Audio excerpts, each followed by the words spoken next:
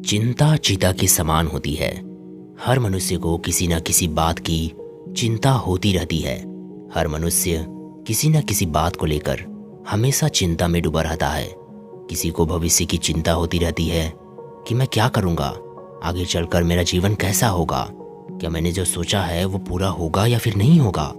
किसी को अपने बुढ़ापे की चिंता लगी रहती है। वो सोचता है कि अभी तो मैं सही सलामत हूँ, लेकिन जब मैं बूढ़ा हो जाऊँगा तो मेरा क्या होगा। कहीं मेरे बेटे ने मुझे घर से निकाल दिया तो, कहीं मुझे कोई बीमारी हो गई तो, कहीं मेरे बेटों ने मेरी सेवा नहीं की तो मेरा क्या होगा। कोई अपने धन को लेकर चिंता में रहता है कि कहीं कोई मेरा धन ना चुरा ले, कहीं मेरे व्यापार में कोई घाटा ना हो जाए। मेरे व्यापार में अगर नुकसान हो गया तो मैं क्या करूँगा। किसी न किसी तरह से लोग चिंता करते रहते हैं, पर वे ये नहीं सोचते कि चिंता करने से कुछ नहीं होता। हमें बस चिंता से दूर रहनी चाहिए, क्योंकि चिंता इंसान को अंदर ही अंदर मार देती है। इंसान जिंदा तो रहता है, पर वह हमेशा बेहोशी की हालत में रहता है। हम सभी यही तो चाहते हैं कि हमें चिंता नहीं हो, हम इससे दूर रहें। तो आइए आज मैं आपको एक कहानी सुनाता हूँ। इसे सुनने के बाद आप चिंता करना भूल जाओगे और हमेशा सुखी रहोगे। बस आप इस कहानी को अंत तक ज़रूर सुनना और ध्यान से सुनना, तभी आपको समझ में आएगा। एक नगर में एक सेठ रहता था। वह सेठ बहुत धनवान था। उसकी आलीशान हवेली भी थी। हवेली में नौकर चाकर काम करते थे। उसका व्यापार दूर दूर तक फैला हुआ था। उस सेठ के पास किसी भी चीज़ की कोई कमी नहीं थी। ऐसी कोई सुख सुविधा नहीं थी जो उस सेठ के पास ना हो। वह हर तरीके से संपन्न था। इतना सब कुछ होने के बाद भी सेठ चिंता करता रहता था। उसे हमेशा इस बात की चिंता होती रहती थी कि उसके घर में बहुत सारे महंगे महंगे सामान रखे हैं। सेठानी घर पर अकेले रहती है। कहीं किसी नौकर ने उसके सामानों को कोई नुकसान पहुंचा दिया तो, कहीं नौकरों ने उसके सामान चुरा लिए तो, अगर नौकरों ने ऐसा कर दिया तो मेरा तो बहुत नुकसान हो जाएगा। और जब सेठ अपने घर पर आता तो वह अपने व्यापार के बारे में चिंता करने लगता कि कोई उसके दुकान से सामान न चुरा ले। अगर किसी ने मेरे दुकान से सामान चुरा लिया तो मैं तो बर्बाद ही हो जाऊंगा, मेरा तो सब कुछ ही नष्ट हो जाएगा। फिर मैं क्या करूंगा, मेरे पास तो कुछ भी नहीं बचेगा, मैं निर्धन हो जाऊंगा। मुझे फिर अपनी हवेली बेचनी पड़ जाएगी फिर से व्यापार शुरू करने के लिए।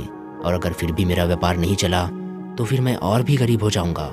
मेरे पास तो खाने के लिए भी कुछ नहीं बचेगा। फिर मैं अपने परिवार का पेट कैसे पालूंगा, मैं क्या करूंगा। ये सब सोचकर सेठ चिंतित होता रहता। वह दिन भर किसी न किसी चिंता में डूबा रहता।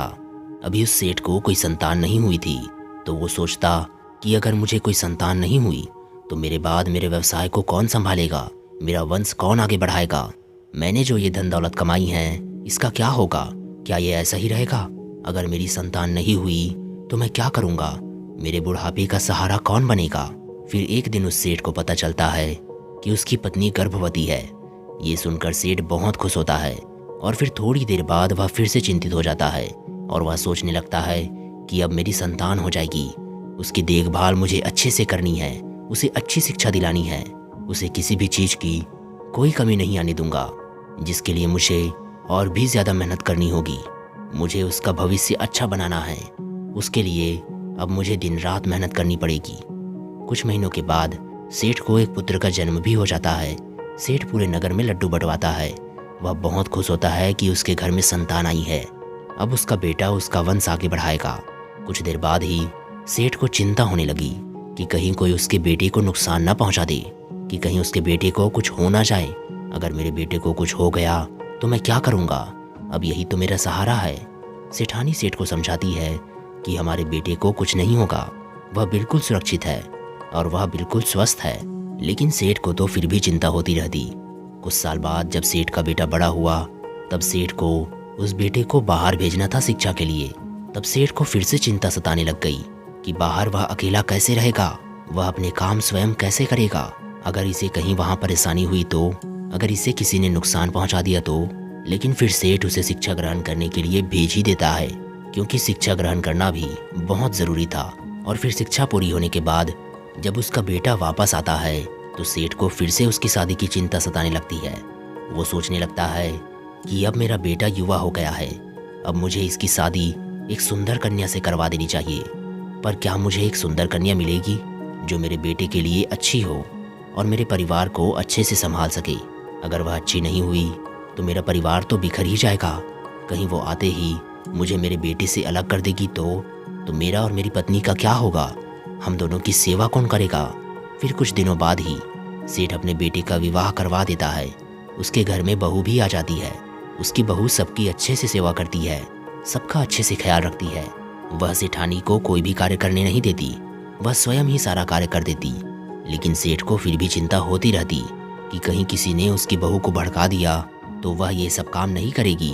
पहले तो सेठानी सेठ की इन बातों को नज़रअंदाज कर देती थी, लेकिन अब सेठानी को लगने लग गया कि सेठ जी बिना बात ही चिंता करते रहते हैं, हमेशा ही चिंता में डूबे रहते हैं। न तो ये ठीक से खाते हैं, न तो ये ठीक से सोते हैं। वो सेठ को समझाती है कि आप बिना बात के चिंता मत किया करो, सब कुछ ठीक है और आगे भी सब कुछ ठीक रहेगा। आप बिना बात के ही चिंता करते रहते हो, हमारा बेटा सब कुछ संभाल लेगा। भला हमारे पास किस चीज़ की कमी है? आप फालतू ही चिंता करते रहते हो, भला आपको चिंता करने की क्या ज़रूरत? लेकिन सेठ पर सेठानी की बातों का कोई भी असर नहीं होता। वह फिर भी किसी न किसी बात को लेकर चिंतित रहता था।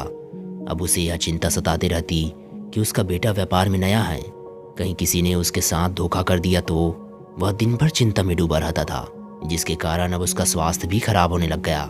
सेठानी सेठ जी को खूब समझाती कि आप चिंता मत किया करो, पर सेठ जी के ऊपर सेठानी के किसी भी बात का कोई असर होता ही नहीं था। फिर सेठानी ने अपने बेटे को ये बात बताई कि तुम्हारे पिता हमेशा ही चिंता में डूबे रहते हैं और जिसकी वजह से अब इनकी तबीयत भी खराब रहने लग गई है। ये ना तो ठीक से भोजन करते हैं और ना ही ठीक से सो पाते हैं। माँ की बात सुनकर बेटा अपने पिताजी के पास गया और उनसे बोला कि पिताजी, आपको किस बात की चिंता है? आप आखिर क्या सोचते रहते हैं दिन भर?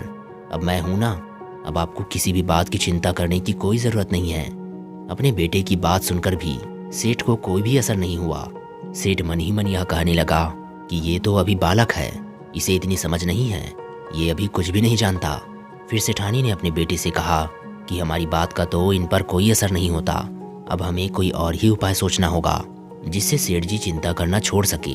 अगर ये ऐसी ही चिंता करते रहेंगे तो ये और भी बीमार पड़ सकते हैं। माँ की बात सुनकर बेटा सोचता है कि मुझे पिताजी को चिंता से कैसे भी करके बाहर निकालना है।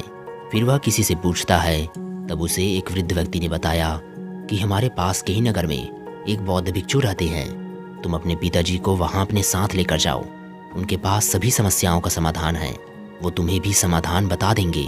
उस वृद्ध व्यक्ति की बात सुनकर सेठ जी का बेटा अपने पिताजी के पास जाता है और उनसे कहता है कि पिताजी, कल सुबह हम पास के ही नगर में चलेंगे, वहाँ पर एक बौद्ध भिक्षु रहते हैं, वो बहुत ज्ञानी हैं। दूर दूर से लोग उनके पास अपनी समस्याएं लेकर आते हैं और वह बौद्ध भिक्षु उनका समाधान करते हैं।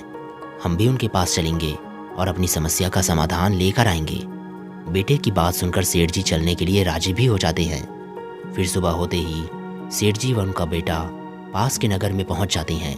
वहां जाकर वे बौद्ध भिक्षु के पास जाते हैं और उन्हें प्रणाम कहते हैं। सेठ को और उनके बेटे को देखकर बौद्ध भिक्षु कहते हैं कि सेठ जी, कैसे आना हुआ आपका?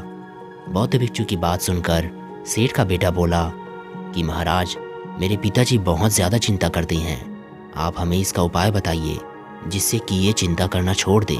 सेठ के बेटे की बात सुनकर बौद्ध भिक्षु सेठ से पूछते हैं कि क्या बात है सेठ जी, आप किस बात की चिंता करते हो? बौद्ध भिक्षु की बात सुनकर सेठ जी बोलते हैं कि महाराज, मुझे हमेशा कुछ न कुछ चिंता होती रहती है। अभी भी मुझे ये चिंता हो रही है कि मैं और मेरा बेटा यहाँ हैं और वहाँ हमारी दुकान पर कोई भी नहीं है। अगर किसी ने हमारा माल चुरा लिया तो हम तो बर्बाद ही हो जाएंगे। सेठ की बातें सुनकर बौद्ध भिक्षु मुस्कुराते हैं और सेठ से कहते हैं कि सेठ जी, आप बिना बात के ही चिंता कर रहे हो। फिर बौद्ध भिक्षु सेठ से कहते हैं, अच्छा तुम मुझे ये बताओ, क्या अब तक किसी ने उस धन को चुराया है? सेठ जी कहते हैं कि नहीं महाराज, अब तक तो किसी ने उस धन को नहीं चुराया है।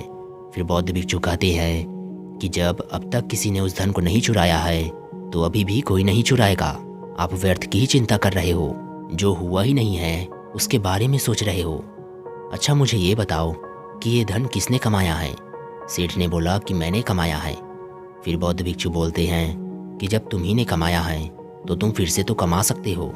मान लो अगर तुम्हारा धन चोरी भी हो जाए तो तुम फिर से उसे कमा सकते हो, लेकिन अभी तक जो हुआ ही नहीं है तुम उसके बारे में व्यर्थ ही सोच रहे हो। तुमने अपना आधा से ज़्यादा जीवन तो चिंता करने में, दुखी रहने में ही बिता दिया है, और जो बचा है उसे भी तुम चिंता कर कर के बिता रहे हो। मेरी एक बात का तुम हमेशा ध्यान रखना, अगर हमारे पास कोई परेशानी आती है तो उसके सामने उसका समाधान भी आता है, लेकिन तुम परेशानी आने से पहले ही उसके बारे में चिंता करने लगे हो। बौद्ध भिक्षु की बातें सुनकर सेठ को एहसास हो जाता है कि वे बिना बात के ही चिंता करते रहते हैं। फिर सेठ बौद्ध भिक्षु से पूछते हैं कि महाराज, मैं नहीं चाहता कि मैं चिंता करूं, पर ना चाहते हुए भी मुझे चिंता हो ही जाती है। अब आप ही मुझे कोई उपाय बताइए जिससे मैं अपनी चिंता से बाहर आ सकूं। सेठ की बात सुनकर बौद्ध भिक्षु सेठ से कहते हैं कि तुम अपने आज में जिया करो, अपने आज के बारे में सोचा करो, भविष्य की चिंता मत किया करो। कल किसी ने नहीं देखा है, कल क्या होगा कोई नहीं जानता। फिर तुम क्यों कल की चिंता कर कर के अपने आज को बर्बाद कर रहे हो, और जो होगा उसे तुम चिंता करके ख़त्म भी नहीं कर सकते। मान लो तुम्हारे सामने कोई परेशानी आ भी जाती है तो तुम्हें उसकी चिंता नहीं करनी चाहिए, बल्कि चिंतन करना चाहिए। उस परेशानी से बाहर कैसे निकले ये उपाय खोजना चाहिए। जब तुम उस परेशानी के बारे में जानोगे तो तुम्हें कोई ना कोई उपाय अवश्य ही मिल जाएगा। लेकिन अगर तुम चिंता करोगे तो तुम्हें कुछ भी प्राप्त नहीं होगा, सिर्फ दुख ही मिलेगा। फिर बौद्ध भिक्षु सेठ से कहते हैं कि हमेशा अपने सोच को सकारात्मक रखो, हमेशा अच्छा ही सोचो। तुम अच्छा सोचोगे तो अच्छा काम भी करोगे, अगर नकारात्मक सोचोगे तो तुम्हें चिंता ही होगी, दुख ही मिलेगा। क्योंकि हम जैसा सोचते हैं वैसा ही हमारे साथ होता है। इसीलिए हमें सदैव अच्छा ही सोचना चाहिए। जब हम अच्छा सोचते हैं तो हमारा ध्यान नकारात्मक बातों से हट जाता है और हम खुश रहते हैं, हमें किसी भी बात की चिंता नहीं सताती। फिर बौद्ध भिक्षु सेठ से कहते हैं कि तुम्हें हमेशा हंसमुख लोगों के साथ रहना चाहिए, क्योंकि जब तुम अकेले रहते हो तो तुम फालतू की चीज़ें सोचने लगते हो कि ये हो जाएगा वो हो जाएगा, हमेशा कुछ ना कुछ सोचते ही रहते हो। लेकिन अगर तुम लोगों के साथ रहोगे, उनसे बातें करोगे, उनके साथ हंसोगे, तो तुम्हारा मन भी किसी न किसी चीज़ में लग ही जाएगा और फालतू की चीज़ों में तुम्हारा मन नहीं भटकेगा। वो लोग हमें हंसाते रहेंगे, हमसे बातें करते रहेंगे, जिससे हमारे दिमाग में कभी भी नकारात्मक विचार नहीं आएंगे। इसीलिए हमें सदैव हंसमुख लोगों के साथ रहना चाहिए। वही अगर हम गंभीर लोगों के साथ रहेंगे तो बात बात पर हम नकारात्मक सोचते रहेंगे और हम भी गंभीर हो जाएंगे। गंभीर लोगों के साथ रहकर हम भी गंभीर बन जाते हैं, हम भी नकारात्मक सोचने लग जाते हैं, जो कि हमारी चिंता को नया जन्म देता है। इसीलिए कभी भी गंभीर लोगों के साथ मत रहो। फिर बौद्ध भिक्षु सेठ से कहते हैं कि चिंता को दूर करने का सबसे अच्छा तरीका है ध्यान। जब हम ध्यान करते हैं तो हमारे मन में फालतू के विचार नहीं आते, और जब हमारे मन में कोई भी विचार नहीं आएगा तो हमें किसी भी चीज़ की चिंता नहीं होगी। ध्यान करने से हमारा मन शांत रहता है। ध्यान हमें भविष्य से खींचकर वर्तमान में लाता है, हमें हमारी सारी चिंताओं से दूर रखता है। फिर बौद्ध भिक्षु सेठ से कहते हैं कि तुम मेरी इन सभी बातों का हमेशा ध्यान रखना। तुम्हें जीवन में कभी भी किसी भी बात को लेकर चिंता नहीं होगी। तुम बिना ही बात चिंता में डूबे रहते हो। जो तुम्हारा है तुम्हारे पास ही रहेगा, उसे तुमसे कोई नहीं छीन सकता। मान लो अगर तुम्हारे धन को कोई चुरा भी ले जाए तो क्या तुम उसे फिर से कमा लाओगे जैसे तुमने पहले कमाया था। यूं बिना बात के उसके बारे में सोच सोच कर दुखी ना रहा करो। जीवन एक बार मिलता है, इसे सुखी से जियो। जो हमारे पास है उसमें खुश रहो, जो हमारे पास नहीं है उसकी चिंता मत करो, क्योंकि तुम्हारी चिंता करने से वो तुम्हारे पास तो आने से रहा। तुम्हें चिंता नहीं करनी चाहिए, बस उसे हासिल करने के लिए मेहनत करनी चाहिए। मेहनत करके तुम सब कुछ हासिल कर लोगे। चिंता करके तुम्हें दुख के सिवा और कुछ भी नहीं मिलेगा।